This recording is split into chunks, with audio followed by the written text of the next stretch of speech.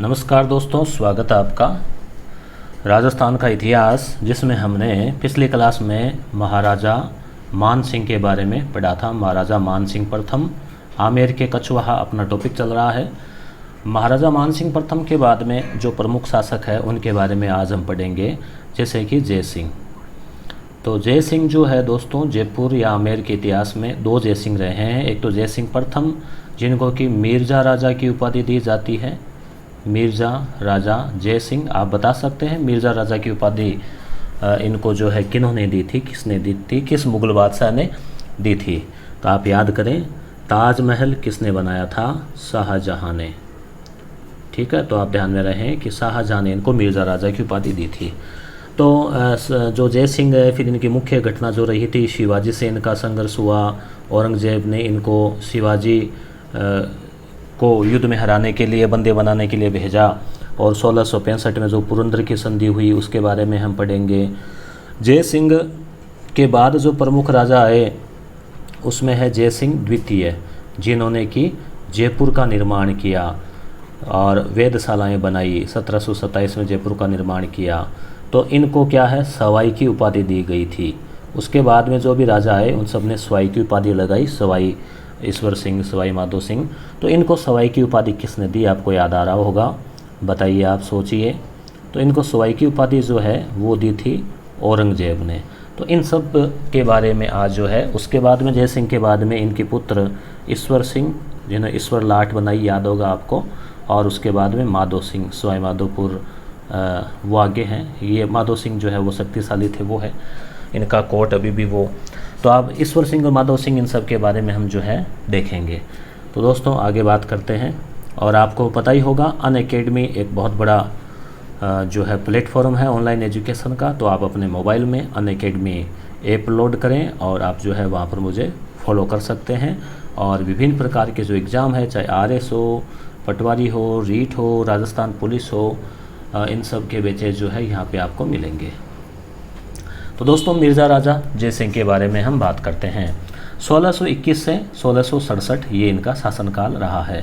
ध्यान में रहें, आपको मैंने बताया कि जय सिंह दो रहे हैं। तो जो पहले आए जय सिंह, उनको हम या तो कह सकते हैं जय सिंह प्रथम या फिर मिर्ज़ा राजा जय सिंह। इन्होंने जहांगीर, शाहजहां और औरंगजेब, तीनों मुग़ल जो दरबार है उनमें ये रहे, उनमें इन्होंने सेवा की। प्रमुख घटनाओं की हम बात करें तो 1636 में ये जो है बीजापुर और गोलकुंडा भी गए। यहाँ आपको जहांगीर का शासनकाल अगर मैं आपको बता दूँ तो 1605 में अकबर की मृत्यु हो गई थी। तो 1605 से 1627 तक रहा जहांगीर का शासनकाल।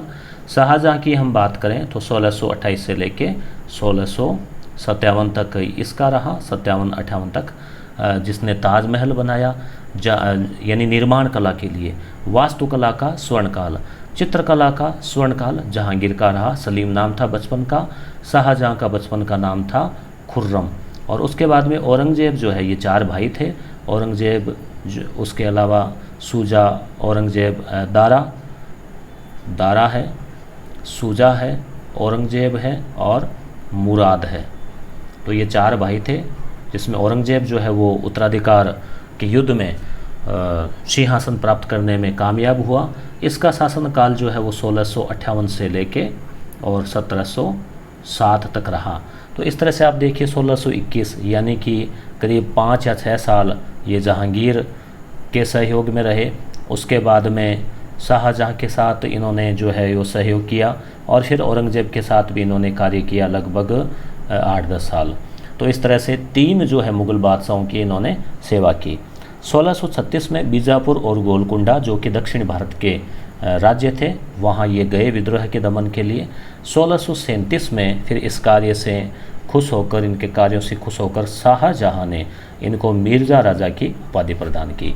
ये प्रश्न पटवारी एग्जाम में पूछा गया है, तो ध्यान में रहें। शाहजहाँ जिन्होंने ताजमहल बनाया, उन्होंने जो है जय सिंह को मिर्ज़ा राजा की उपाधि दी।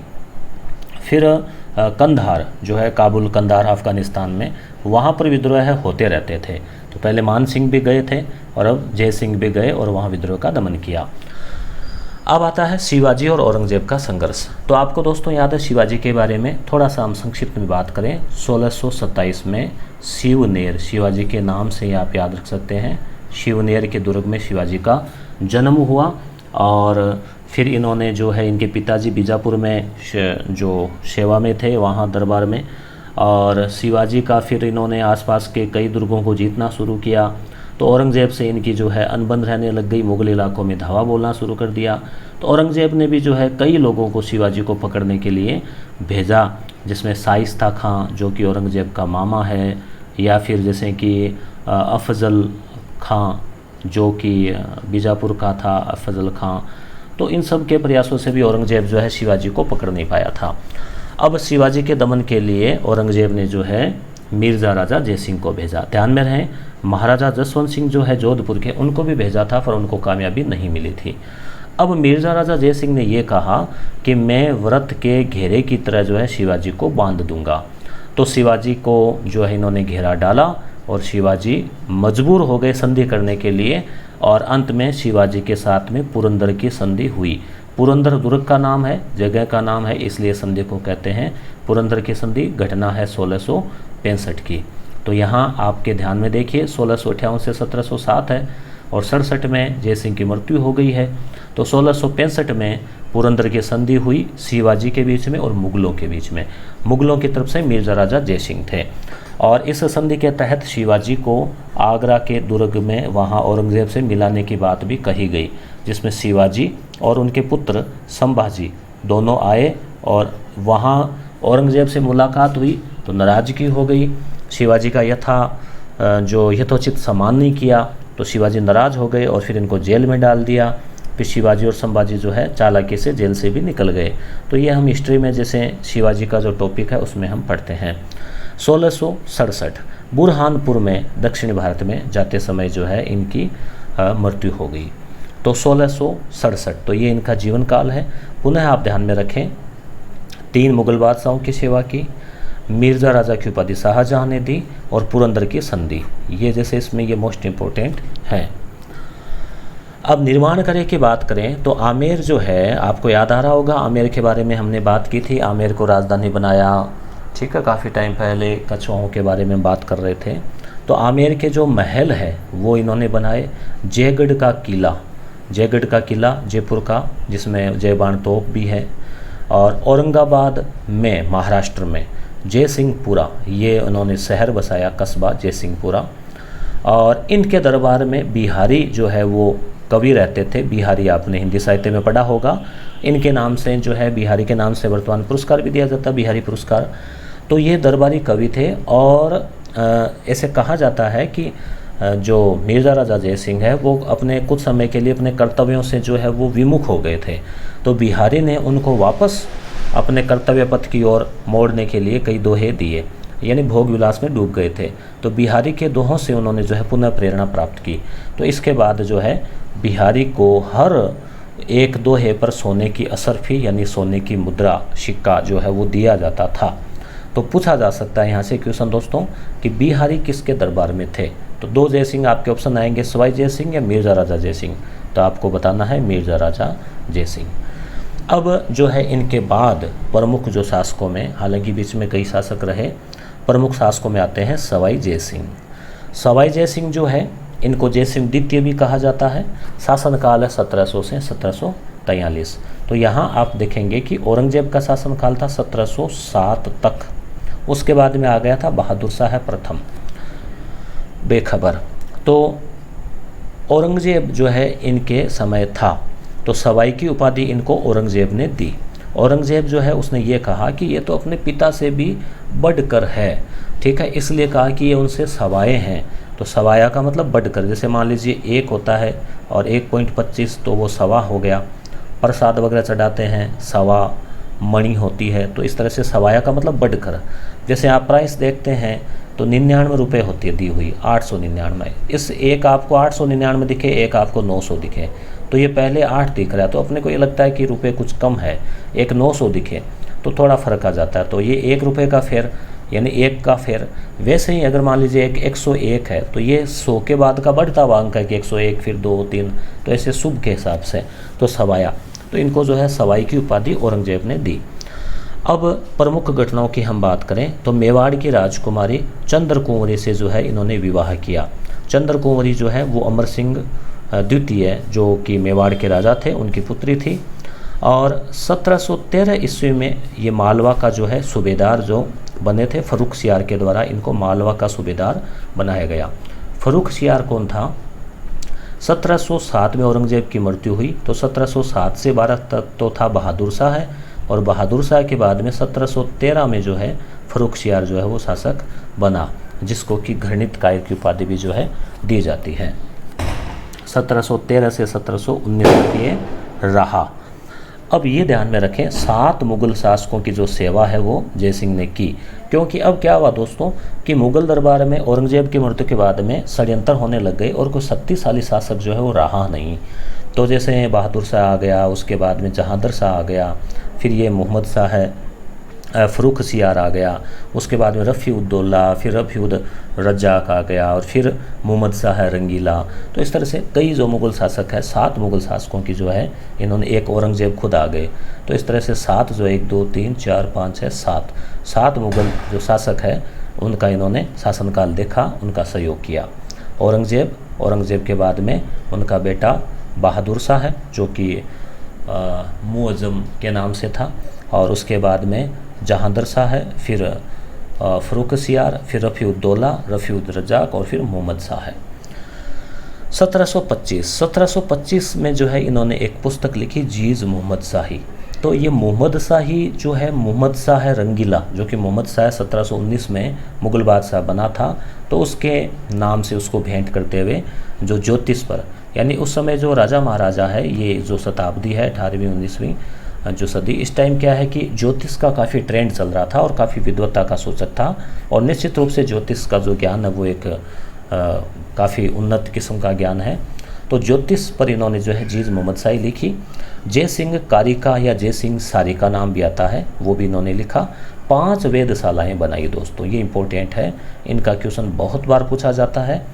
तो सवाई जय सिंह वेधशालाएँ क्या है? वेधशालाएँ जिनको मतलब जंतर मंतर भी कहा जाता है जयपुर वाले को, यानी एक तरह से ये है रिसर्च सेंटर है एक तरह से, अंतरिक्ष के बारे में, ग्रह नक्षत्रों के बारे में, उनकी सारणियाँ वगैरह कुछ यंत्र आदि। तो ये डीजे बम आप ट्रिक याद रखें। डी का मतलब हो जाएगा यहाँ पे दिल्ली, और जे का मतलब हो गया जयपुर, बी का मतलब हो गया बनारस, याद रखना आपको, बनारस खई के पान बनारस वाला। यू का मतलब हो गया उज्जैन, और एम का मतलब हो गया मथुरा। तो इस ट्रिक से दोस्तों आप कभी नहीं भूलोगे, और ये क्वेश्चन अधिकांश बार पूछा जाता है। सेंटर का एग्जाम हो, तो राजस्थान का हो, इसमें एक ऑप्शन वो या तो इंदौर डाल देते हैं, लखनऊ डाल देते हैं। तो इस तरह से जो है आपको 500 याद रखने हैं। डीजे बम, डीजे आजकल तो बेनसाई हो रखा है डीजे पे, डीजे बजता है बहुत तेज़ आवाज़ में, तो ऐसा लगता है जैसे कोई बम फट रहा है ना, तो डीजे बम आप ट्रिक से याद रख सकते हैं। इन्हीं में जो जयपुर का जंतर मंतर है वो सबसे बड़ा है जयपुर वाला, जबकि दिल्ली वाला पहला है, सबसे पुराना है, जयपुर वाला सबसे बड़ा है। अब हम बात करते हैं जयपुर के बसाने की। तो 1727 सन याद रखें, जयपुर जो है उसको बसाया, आयताकार खंडों में जो है उसको बांटा गया, इस तरह से आयताकार खंडों में, और योजनाबद्ध तरीके से बसाया गया। तो आज भी आप देख सकते हैं कि एशिया के खूबसूरत शहरों में जयपुर शामिल है। तो वास्तुकार था विद्याधर जो है वो भट्टाचार्य, जो कि बंगाली था, और एक जो है मिर्ज़ा इस्माइल, उनको आधुनिक जयपुर का निर्माता कहा जाता है। तो ये तो अपने मिर्ज़ा इस्माइल तो जो है आप पढ़ते हैं इनका नाम, जो कुछ आज़ादी का आंदोलन चल रहा था उस समय, इन्होंने जेंटलमैन एग्रीमेंट के टाइम इनका नाम आप पढ़ते हैं मिर्ज़ा इस्माइल। इनको कहा जाता है आधुनिक जयपुर का निर्माता, और इनको हम आगे बढ़ेंगे। तो यहाँ जयपुर बसाया सवाई जय सिंह के समय, वास्तुकार था विद्याधर भट्टाचार्य, बंगाली था, और आयताकार खंडों में इसको बसाया गया। जय सिंह, सवाई जय सिंह ऐसे शासक थे जिन्होंने कई जो वैदिक काल के जो यज्ञ थे, वाजपेयी, राजसूय, अश्वमेध आदि यज्ञ करवाए, और अश्वमेध यज्ञ करने वाले आमेर के जो है अंतिम जो है हिंदू राजा थे। उसके बाद में फिर कोई ऐसा यज्ञ नहीं हुआ। अश्वमेध यज्ञ में आप जानते ही हैं कि एक अश्व को जो है वो पूजा पाठ करके, और उसको एक जितना राजा का एरिया है उसमें उसको, उस बाउंड्री में उसको घुमाया जाता है, और अगर उसको कोई पकड़ लेता है, चुनौती देता है, यानी उस बाउंड्री को नहीं मानता है, तो फिर राजा को उससे युद्ध करना होता है। वृंदावन, मथुरा से गोविंद देव जी की मूर्ति लाए और आमेर में स्थापित की। यह मंदिर राजस्थान में गौड़ीय संप्रदाय की पहली पीठ है, ये भी ध्यान में रखें। 1734, देखो 17 17 दूनी 34, तो 1734 में नाहरगढ़ सुदर्शनगढ़ का निर्माण करवाया। जयगढ़ में जय बाण तोप का निर्माण करवाया। एक आपको याद आ रहा होगा 1734 घटना से ही हुरडा सम्मेलन, तो जो है हुरडा में सम्मेलन हुआ भीलवाड़ा में, वो भी इन्हीं के सुझाव पर जो है मेवाड़ के महाराणा जगत सिंह की अध्यक्षता में हुआ था। मराठों के खिलाफ एकजुटता के लिए, मराठों को रोकने